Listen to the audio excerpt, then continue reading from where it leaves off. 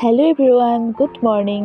আপোনালোক সকলোকে মোৰ চেনেলৰ অন্য এটা ভিডিঅ'লৈ স্বাগতম জনাইছোঁ। আশা কৰোঁ আপোনালোক সকলোৱে ভালে কুশলে আছে আৰু ময়ো ভালে আছোঁ।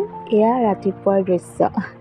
ৰাতিপুৱা আজি মৰ্ণিং ৱাক কৰিবলৈ আহিছোঁ। কাৰণটো হৈছে মানুহজন যোৱাকালি পালেহি, সেই গতিকে তেখেত থকালৈকে এতিয়া সদায় ৰাতিপুৱা মৰ্ণিং ৱাক কৰিবলৈ যাম আৰু এয়া আহি আছোঁ মৰ্ণিং ৱাক কৰিবলৈ দুয়োজনে খোজকাঢ়ি আৰু এতিয়া ইয়াৰ পৰা গৈ গা পা ধুই আমি যাম দেওশাল মন্দিৰলৈ। গতিকে ভিডিঅ'টো শেষৰলৈকে চাই থাকিব দেই।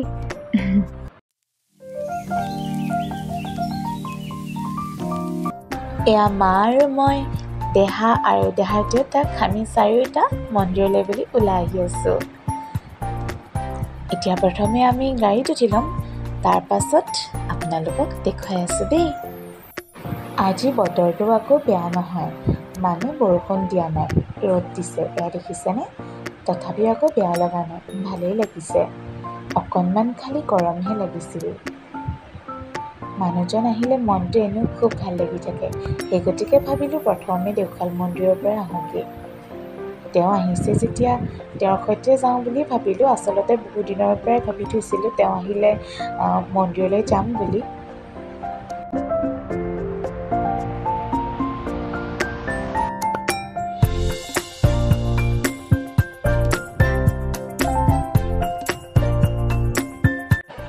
এয়া মন্দিৰ আহি পাই গ'লোহি।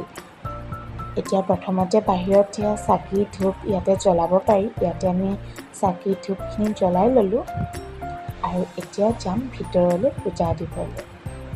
আজি অৱশ্যে মানুহৰ বহুত ভিৰ আছিল।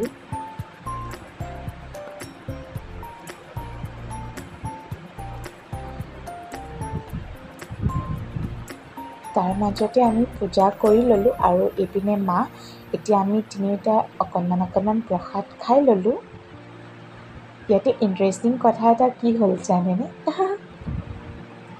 মানুহৰ মানে ইমানেই ভিৰ আছিল, মই চায়ে আছিলোঁ মানে মোৰ প্ৰসাদৰ থাল কোনখন। তথাপিও মানে যেতিয়া পূজা দি আছিলে তাৰ মাজতে অকণমান মিষ্টেক হৈ গ'ল জানেনে, মানে অকণমান খেলি মেলি হৈ গ'ল আৰু মই এইপিনে দেহাক চাওঁতে মোৰ থালখন কোনোবাই লৈ গ'ল আৰু বেলেগৰ থালখন মই পাই গ'লোঁ।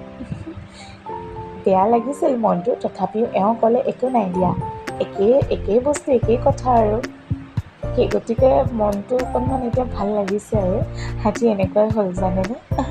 কাৰ লগত হ'ল নাজানো বাৰু দেই, একো নাই বাৰু।